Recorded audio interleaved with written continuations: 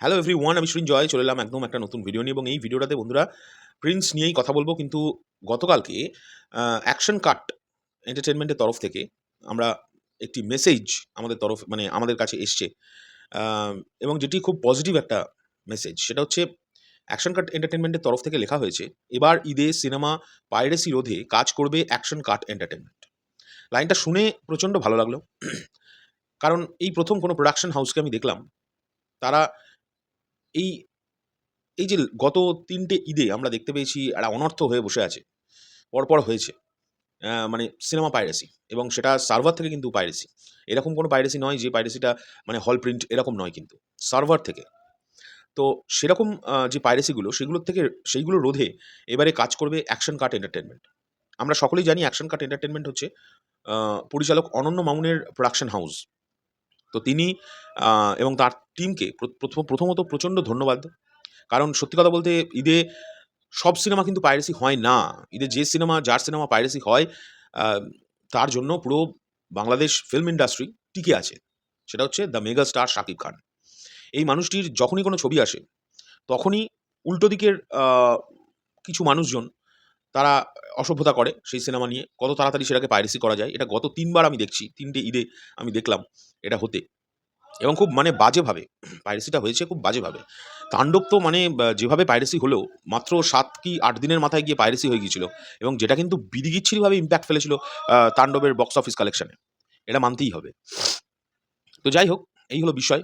তবে action cut এন্টারটেইনমেন্টকে একটাই আমার রিকোয়েস্ট থাকবে যে দয়া করে আপনারা যে পন্থাগুলো নেবেন, সেগুলো প্রচণ্ড ভেবেচিন্তে নেবেন, এবং যেন মানে ওই পাইরেসি হওয়ার পর কী করে হলো এটা আমাদের জেনে লাভ নেই। পাইরেসিটা যেন কখনোই না হয়, সেই দিকেই ধ্যান দেবেন। সেটার জন্যে যা করণীয় সব করুন, এবং আপনারাই এখন ভরসা। কারণ সত্যি কথা বলতে এই পাইরেসি নিয়ে আমরা মানে শুধু আমাদের কথা বলছি না, আ অনেক সাকিবিয়ানকেও আমি চিনি যারা আমার সঙ্গে প্রায় পার্সোনালি যোগাযোগ করেছে, তারা পর্যন্ত, এবং অনেক সাকিবিয়ান গ্রুপ করেও প্রোডাকশন হাউসের সঙ্গেও যোগাযোগ করার চেষ্টা করেছে। তারা শুধু চাইছে যে ছবি যেমনই হোক, ছবিটা যেন পাইরেসি না হয়। কারণ পাইরেসি হয়ে গেলে বাংলাদেশের একটা টেনডেন্সি আমি দেখেছি, ভারতবর্ষে যেমন পাইরেসি হওয়ার পরেও কোনো ছবি আ হাজার কোটি টাকা বিজনেস করতে পারে। ভালো সিনেমা হলে মানুষ গিয়ে দেখে। কিন্তু বাংলাদেশে একটা অডিয়েন্সের টেনডেন্সি আছে। একবার যদি পাইরেসি হয়ে যায়, সেই ছবি কিন্তু হলে খুব মানে এফেক্ট পড়ে। এবং এটা কেন পড়ে? এটা মানুষের মেন্টালিটি। এটা তো আর কেউ বদলাতে পারবে না। তো সেই জায়গা থেকে দাঁড়িয়ে আমি সব ছবির জন্যই বলব যে, কোনো ছবিই যেন পাইরেসি না হয়। তবে এর সঙ্গে আমি এটাও বলব যে, বাংলাদেশে সব ছবি পাইরেসি হয়ও না। সব ছবি পাইরেসি হয় না, তার কারণ ইন্টারেস্টই তো নেই দর্শকের। দর্শকের একটি মাত্র মানুষকে নিয়ে ইন্টারেস্ট আছে, তার ছবি পাইরেসি হয়ে যায়। সেটা হচ্ছে মেগাস্টার শাকিব খান। তো আর সবচেয়ে বড় কথা, একটা হল প্রিন্ট পাইরেসি হওয়া সেটা আলাদা বিষয়। আর সার্ভার থেকে পাইরেসি হওয়া মানেটাই কিন্তু ভেতরের লোকজন এর মধ্যে জড়িত থাকে। এটা একদম পরিষ্কার। এটা না মানে সেই বলে না যে ধ্রুব সত্য, এটাকে কেউ মিথ্যে করতে পারবে না যে অমুকে করে ফেলেছে পাইরেসি একটা ছেলে। না, এটা ২ টো বাচ্চা ছেলের কাজ নয়, বা ৪ টে বাচ্চা ছেলের কাজ নয় যে সার্ভার থেকে সিনেমা পাইরেসি করবে।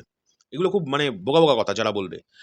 পাইরেসিটা হয় একদম ভেতর থেকেই হয়, এবং এগুলো বোঝাই যায়। মানে কি বলবো? ফিল্ম পলিটিক্স আর কিচ্ছু না। তো সেই কারণে এইদিকে কিন্তু এবারে একটুখানি ধ্যান দিতে হবে, এবং অসংখ্য ধন্যবাদ অনন্য মামুন ভাইকে।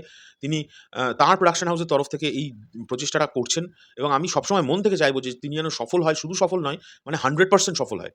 মানে আবারও বলছি, ওই পাইরেসি হয়ে গেল, তারপরে এই অমুকে করেছে একে ধরতে হবে, এইসব করে লাভ নেই।